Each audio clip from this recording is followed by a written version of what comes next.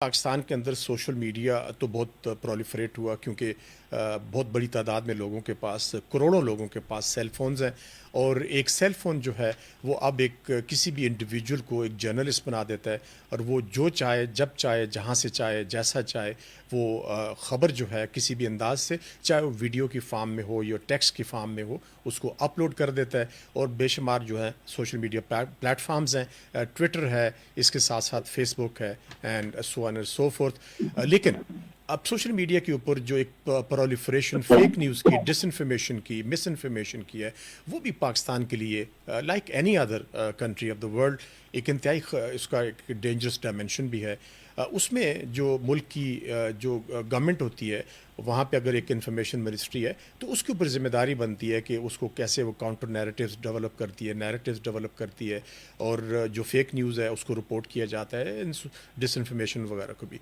लेकिन क्या government of Pakistan वो अपना काम करी? क्यों ऐसा होता है कि पाकिस्तान की जो आर्म फोर्सेस के स्पोक्स पर्सन है वो आकर आवाम को अपनों को बताते हैं कि कितना डेंजरस। आपने बड़ी चीजों से तारुफ कराया किस टॉपिक का।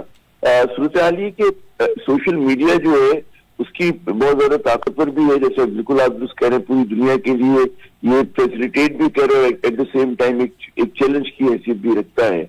और इसमें अभी जो मतलब है पाकिस्तान में अगर आप देखें कि हमारे यहाँ जो है ओवर रेगुलेशन की जा रही है इसको कंट्रोल करने के लिए, जिसकी वजह से हमारी न्यू इकोनॉमी जो है वो सफर करेगी, जिससे उसको नुकसान होगा।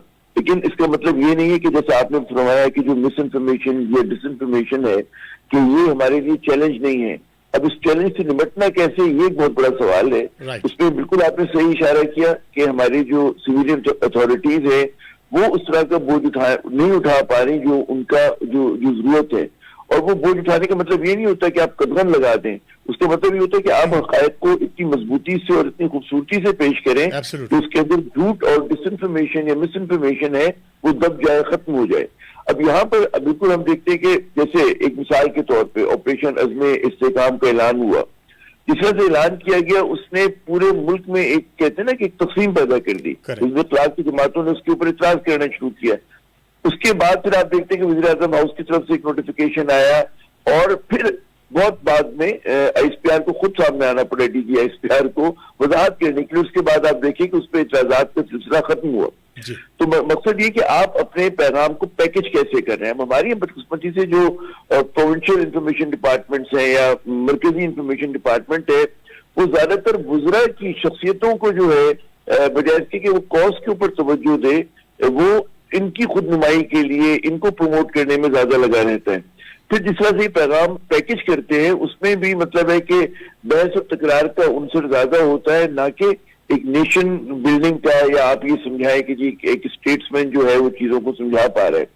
तो ये एक बहुत बड़ा चैलेंज आएगा जदून साहब, और यहाँ पर अपने इनको रिव्यू करना पड़ेगा अपनी पॉलिसी को कि किस तरह से इसके इलाज जो है वो ये नहीं कि आप कदम लगाएं, इसका इलाज सिर्फ यही है कि आप ज्यादा ओपननेस रखें और ज्यादा फाल होकर मीडिया को इंगेज करें और लोगों को सच और झूठ बता रहे हों, जो कि बदकिस्मती से नहीं हो पा रहे अब तक।